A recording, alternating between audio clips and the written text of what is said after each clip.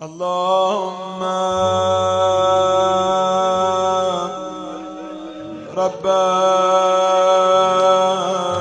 شهر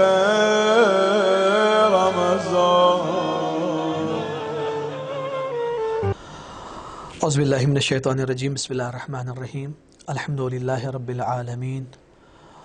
الصلاة والسلام علی نبیہ الکریم سیدنا و نبینا و حبیب قلوبنا و طبیب نفوسنا مولانا ابی القاسم المصطفیٰ محمد و علی آلہ الطیبین الطاہرین. اما بعد. محترم ناظرین کرام، ہماری گفتگو کا یہ چوتھے روز کا یہ سلسلہ، ہم نے تیسرے روز کی گفتگو میں یہ بتایا تھا کہ امام حسن علیہ السلام نے جو صلح کی ہے حاکم شام کے مقابل میں، ان کے کچھ وجوہات تھے، اور اس دن جو بیان کیا گیا تھا وہ یہ تھا کہ دین اور امت کی حفاظت. آخر گفتگو میں ہم نے اس بات کی طرف اشارہ کیا تھا کہ امام کو، رہنما کو، لیڈر کو لائق، صالح اور قابل ہونا چاہیے. لائق، صالح اور قابل ہونا ہی کافی نہیں ہے، بلکہ اس کے ساتھ ساتھ امت کو اس کی صلاحیتوں کو قبول کرنے والا ہونا چاہیے. امت کو اس کی قابلیت سے استفادہ کرنے والا ہونا چاہیے. اس لیے کہ اگر امت کے درمیان یہ وسعت، یہ گنجائش اور یہ توانائی نہ ہو کہ اپنے صالح اور اپنے قابل امام اور رہنما کو زیادہ سے زیادہ فائدہ پہنچا سکے اور زیادہ سے زیادہ ان سے استفادہ کر سکے، فائدہ اٹھا سکے، اگر یہ صلاحیت امت کے درمیان نہیں موجود رہے گی تو امام حسن علیہ السلام جیسا صالح، قابل اور بہترین حجت خدا بھی مجبور ہو جاتے ہیں کہ ایک حاکم کے مقابل میں آ کر ان سے صلح کریں. لہذا ہم نے ہندوستانی معاشرے کی ضرورت کو مد نظر رکھتے ہوئے ہم نے اس بات کی طرف اشارہ کیا تھا کہ ہندوستانی تشیع اور ہندوستان کے شیعہ علمی، اقتصادی اور سماجی طور پہ ایک بحران کسی کیفیت میں آ گئے ہیں. ہندوستان کے جو بڑے معاشرے ہیں، ہندوستان کے جو جانے پہچانے معاشرے ہیں، ان معاشروں میں اب ہمارا نام بہت کم لیا جاتا ہے. ہماری تعداد، ہماری علمی صلاحیتیں، ہماری اقتصادی ابھار اور ترقی اور ہماری سماجیات، خلق خدا کی خدمت، لوگوں کے درمیان جانا، ان کو ضروریات کو پورا کرنا، ان کی مشکلات سے آشنائی، ان کی مشکلات کو برطرف کرنے کی کوشش کرنا، ابھی ہمارے درمیان یہ جذبہ اور یہ فکر مندی بہت شدت کے ساتھ ناپید ہوتی جا رہی ہے. رائے حل کیا ہے؟ رائے حل ہم نے بتایا کہ اپنے درمیان اگر کوئی صالح، قابل اور اچھا کوئی رہنما ہے اور کوئی لیڈر ہے، کوئی پیشوا ہے، تو پھر ہمیں چاہیے کہ اس کے تحت میں آ کر اس کے دست و بازو بنے، اس کے قوت بازو بنے،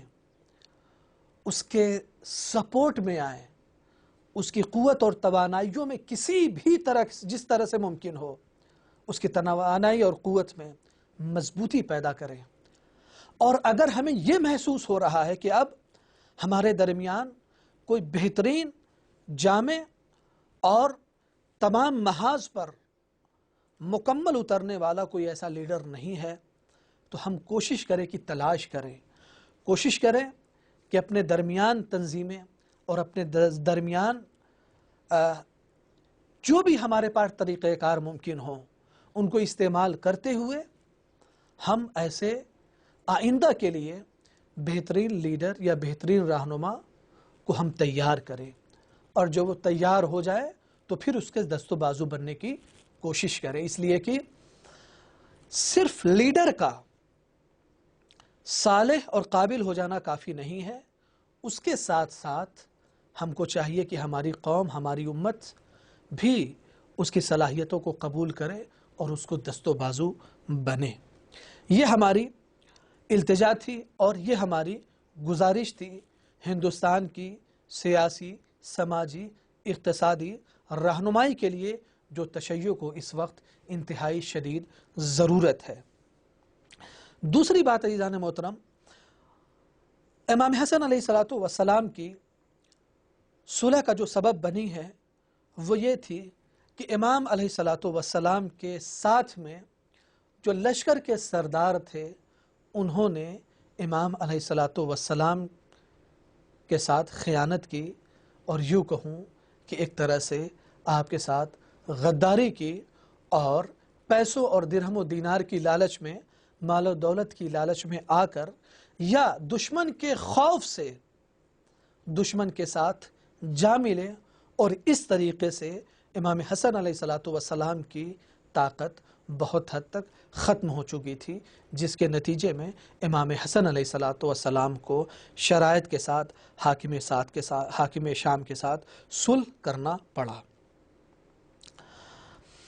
ان میں سے میں چند نام آپ کے ساتھ شیئر کرنا چاہ رہا ہوں تاریخ کے حوالے سے۔ ایک نام ہے حکم۔ یہ شخص وہ ہے کہ جس کو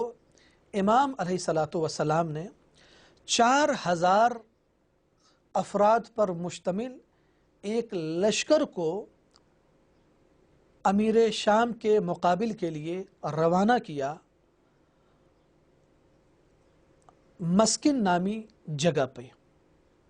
جب ان کا پڑاؤ وہاں پہ ہوا اور حاکم شام کو اطلاع ملی کہ حکم 4000 کے افراد پہ مشتمل لشکر کے ساتھ وہ مسکن نامی مقام پر منزل اور قیام کیے ہوئے ہے، تو حاکم شام نے خط روانہ کیا یا کسی شخص کو روانہ کیا اور یہ کہا کہ اگر تم اپنے لشکر سمیت ہماری طرف آ ملو تو ہم تم کو درہم و دینار اور شام کے کسی ایک علاقے کا گورنر تمہیں بنا دیں گے۔ اور ظاہر سی بات ہے کہ درہم و دینار اور شام کے کسی ایک علاقے کا گورنر بنا دینے کا لالچ ایک ایسا لالچ تھا کہ جو امام حسن علیہ السلام کو کیا ساتھ چھوڑ دینے پر اس شخص کو مجبور کر گیا۔ ظاہر سی بات ہے کہ دنیا کی لالچ اور دنیا کے حرص بہت سے اچھے اچھے لوگوں کو راہ حق سے منحرف کر دیتی ہے۔ تاریخ اسلام میں ہم کو بے شمار اس کے نمونے مل جائیں گے۔ میں ان نمونوں کی طرف ذکر نہیں کرنا چاہ رہا ہوں۔ حاضر میں ہمارے ساتھ خود یہ ایک نمونہ حکم نامی سردار لشکر کا ہے کہ جو امام حسن علیہ السلام کے ایک 4000 افراد میں مشتمل لشکر کے سردار تھے، لیکن دنیا کی لالچ میں آ کر انہوں نے امام برحق کا ساتھ چھوڑ دیا۔ دوسرے شخص عبید اللہ ابن عباس ہے۔ بہت بڑا نام ہے یہ عبید اللہ ابن عباس کا۔ عبید اللہ ابن عباس کون ہے؟ میں بہت مختصر طریقے سے آپ کے سامنے بیان کر دوں کہ یہ جناب عباس کے بیٹے، عباس کون؟ جناب مولا علی علیہ السلام اور حضرت محمد مصطفیٰ صلی اللہ علیہ وآلہ وسلم کے چچا جناب عباس کے یہ فرزند ہیں عبید اللہ۔ ان کے ایک بھائی عبداللہ ابن عباس اور ان کے دوسرے بھائی فضل ابن عباس ہیں۔ عبداللہ ابن عباس امیر المؤمنین علیہ السلام کے خاص شاگرد، مفسر قرآن اور حبر الامہ کے لقب سے جانے جاتے ہیں۔ عبید اللہ ابن عباس مولا کائنات علی علیہ السلام کی زندگی میں آپ کے ایک وفادار ساتھیوں میں شمار کیے جاتے تھے۔ آپ نے مولا علی علیہ السلام نے ان کو ایک مقام کا گورنر بھی بنایا ہے، اور کسی موقع پہ حاجیوں کا سردار یا حاجیوں کا رہنما بنا کے آپ کو بھیجا گیا ہے۔ لیکن ایک طرف جب امام حسن علیہ السلام لشکروں کو آمادہ کرنے کے لیے ایک شہر سے دوسرے شہر جا رہے تھے، کوفے سے صابات اور مدائن کی طرف جب آپ جا رہے تھے، تو یہ بات معاویہ کے اب بھیجے ہوئے کچھ افراد کی طرف سے اڑا دی گئی ہے کہ امام حسن علیہ السلام صلح کرنے پہ آمادہ ہیں، معاویہ کے ساتھ، یعنی حاکم شام کے ساتھ۔ یہ وہ چیز تھی کہ جس نے لشکر کے درمیان ایک عجیب ضعف پیدا کر دیا تھا، اور اب یہ وہ ایسا ماحول ہے کہ جس کے سلسلے میں اب کیا کہا جائے کہ جو بڑے مضبوط افراد تھے وہ بھی بہت حد تک کمزور پڑ گئے تھے، مگر یہ کہ بعض لوگوں نے جا کے اس بات کی تصدیق کی کہ ایسی کوئی خبر نہیں ہے کہ امام حسن علیہ السلام حاکم شام کے مقابل میں آ کر صلح کرنے والے ہیں، ایسی کوئی خبر نہیں تھی۔ لیکن یہ امام حسن علیہ السلام کے لشکر کو پست کرنے کے لیے، کمزور کرنے کے لیے معاویہ کے خفیہ افراد نے یا حاکم شام کے خفیہ افراد نے مسلسل یہ کوشش کی تھی کہ کسی نہ کسی خفیہ طریقے سے ان کے درمیان انتشار پیدا کیا جائے، ان کے درمیان اختلاف پیدا کیا جائے، اور یہ جو آپس میں متحد ہو کر تقریباً 30 سے 40 ہزار افراد کا لشکر آمادہ ہو رہا ہے، ان کے درمیان ٹوٹ اور پھوٹ ڈالی جائے، اور یہ کرنے میں بہت حد تک کامیاب ہو چکے تھے۔ دوسری طرف عبید اللہ ابن عباس، جن کو امام علیہ السلام نے تقریباً 12,000 کا لشکر دے کر مقابلے کے لیے بھیجا تھا، کچھ ایسے ہی حالات اب آ چکے تھے، اور جو کام حاکم شام نے دوسرے سرداران لشکر کے ساتھ انجام دیا تھا کہ خطوط روانہ کیے، لوگوں کو بھیجا، اور لوگوں کو بھیجنے کے بعد کہا کہ بھئی ہماری طرف آپ آ کے مل جائیں، ہم آپ کو پیسے بھی دیں گے، ہم آپ کو مال و دولت دیں گے، اور کہیں نہ کہیں کا گورنر بنا کے بھیجیں گے۔ اس کیفیت میں عبید اللہ ابن عباس ایک وقت میں حاکم شام کے پاس ملے جا کے، اور وہاں پر حاکم شام نے عبید اللہ ابن عباس کو 1,00,000 درہم دیے ہیں۔ 1,00,000 درہم، یعنی دولت کی لالچ۔ دولت کی لالچ نے اس شخص کو بھی امام حسن سے جدا کر دیا جو آپ کے بابا مولا علی علیہ السلام کے کسی زمانے میں وفادار سپاہیوں اور ساتھیوں میں مانے جاتے تھے۔ خود امام حسن علیہ السلام کے وفادار سپاہیوں میں شمار ہوتا تھا، لیکن مال و دولت کی لالچ نے راہ حق سے منحرف کر دیا، اور صلح کرنے کے بعد پھر یہ مدینے واپس آ گئے، یا بعض افراد کہتے ہیں کہ یہ شام میں ہی رہ گئے۔ جو بھی ہو، لیکن غرض یہ ہے کہ امام علیہ السلام صلح کرنے کے لیے جو مجبور ہوئے ہیں وہ ایسے افراد کی جنہوں نے ساتھ نہیں دیا، اور جو امام کے ساتھ جن سے خیانت ہو گئی ہے، ان لوگوں کے سبب سے امام علیہ السلام نے مجبوراً بیعت کی ہے۔ اب عزیزان محترم، اس پیغام کا محصل اور نتیجہ جو آپ کے سامنے پیش کر رہا ہوں وہ یہ ہے، دولت کی لالچ میں لوگ امام برحق کو ترک کر دیتے ہیں، امام حجت کو ترک کر دیتے ہیں، چھوڑ دیتے ہیں، ساتھ چھوڑ دیتے ہیں۔ عصر حاضر میں ہمارے پاس ہم نے دیکھا کہ ہندوستان میں ایک شخص کی جس نے قرآن کے خلاف اور قرآن کی آیات کے خلاف مکمل طور پہ اپنے بیان کو درج کروایا ہے، اور قرآن کی آیات کے خلاف سپریم کورٹ میں اس نے اپیل اور درخواست بھی دائر کر دی ہے۔ اب وہ رد کر دی گئی ہیں، جب میں اس وقت گفتگو کر رہا ہوں تو وہ رد کر دی گئی ہے، لیکن اس شخص کے دل میں دنیا کی دولت اور دنیا کے مال و دولت کی حرص کس قدر گھر کر چکی ہے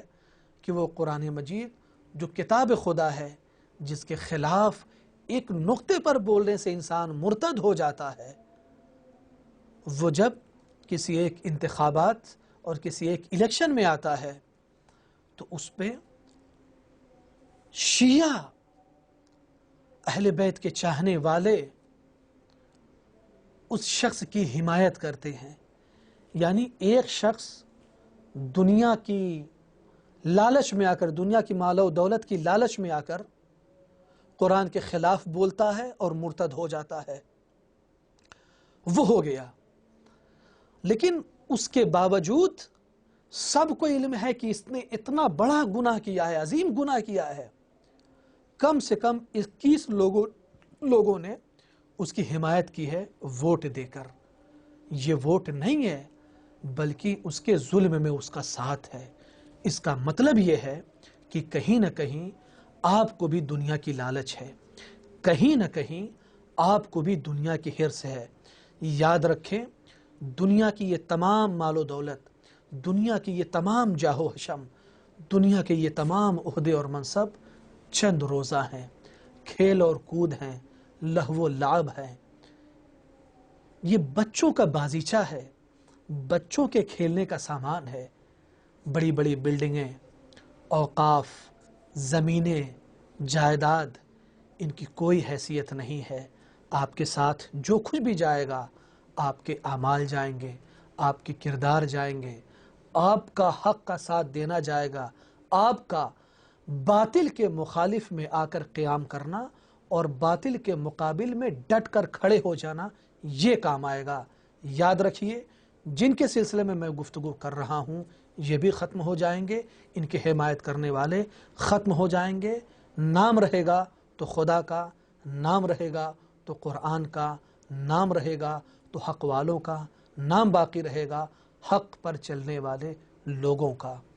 امام حسن علیہ السلام کی اس تاریخ سے ہمیں یہ بات بخوبی معلوم ہو جاتی ہے کہ جن لوگوں نے امام علیہ السلام کے خلاف خیانت کر کے آپ کو صلح کرنے پہ مجبور کیا تھا، تاریخ میں کوئی اچھا نام آج ان کا باقی نہیں ہے۔ امام حسن علیہ السلام اور آپ کی صلح اور آپ کے